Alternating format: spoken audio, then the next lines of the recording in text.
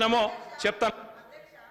ఇంత అద్భుతంగా అసెంబ్లీని పక్కదారి పట్టిస్తున్నారంటే ఆయన వాగ్దాటితోటి 10 ఏళ్లల్లా మరి గత తెలంగాణ ఉద్యమంలో ఇంటికో ఉద్యోగం ఇస్తామని చెప్పి మోసం చేసి మీరు ఉస్మానియా యూనివర్సిటీకి 10 ఏళ్లల్లా పోలేని పరిస్థితి తెచ్చుకున్నది మీరు.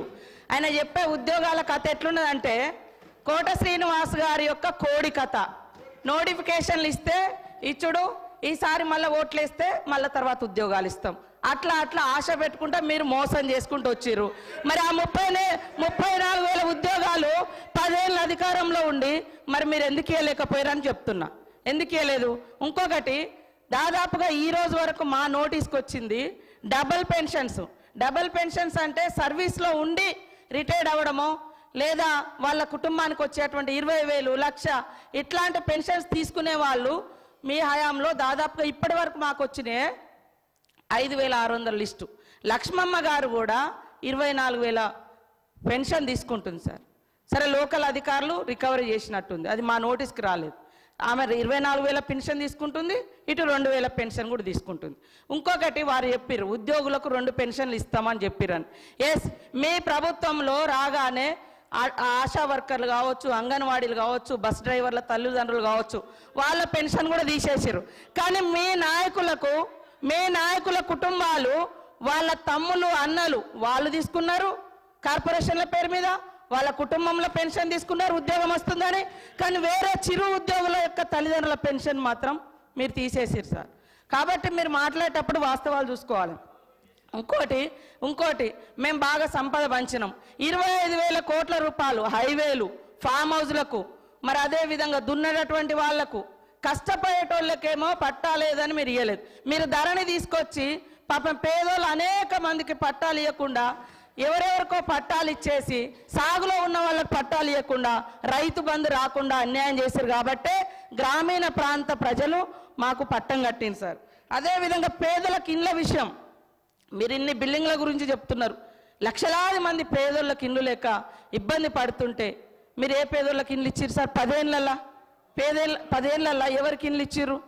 కాబట్టి మీరు ఇండ్లు ఇవ్వలేదు. బంగ్లాలు చెప్తున్నారు, ఓకే, బంగ్లాల గురించి చెప్తున్నారు, ఓకే, పేదల బాధల గురించి కూడా మాట్లాడండి.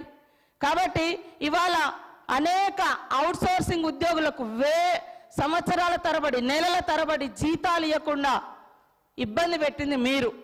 మేము నిజంగానే అనుకున్నాం సార్, మీరు రోజు ధనిక రాష్ట్రం బంగారు తెలంగాణ అంటే బయట నుంచి మేము కూడా అదే అనుకున్నాం, బంగారు తెలంగాణే ధనిక రాష్ట్రం అని.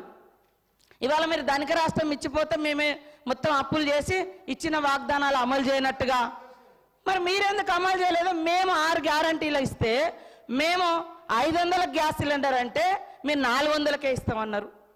మేము 15,000 అంటే రైతు భరోసా, రైతు బంధు మీరు 16,000 అన్నారు. మరి అన్ని ఎన్నికల ముందు మీరు కూడా మేనిఫెస్టోలో పెట్టిరు. 10 ఏళ్ళు అధికారంలో ఉండి చేయలేదు, కానీ ఎలక్షన్ మేనిఫెస్టోలో మాత్రం పెట్టుకున్నారు. అంటే మీరు మోసం చేద్దామని కదా. మీకు వ్యవస్థ తెలిసి కూడా మేము బయట నుంచి మా ప్రభుత్వం ఆశతోటి నిజంగా ప్రజలకు బాగా చేయాలని మా ప్రభుత్వం ఇవన్నీ పెట్టినాం. మాకు టైం ఉంది, ఇంకా మాకు టైం ఉంది చేసుకోవడానికి. మీరు 10 ఏళ్ళలో చేయలే కదా.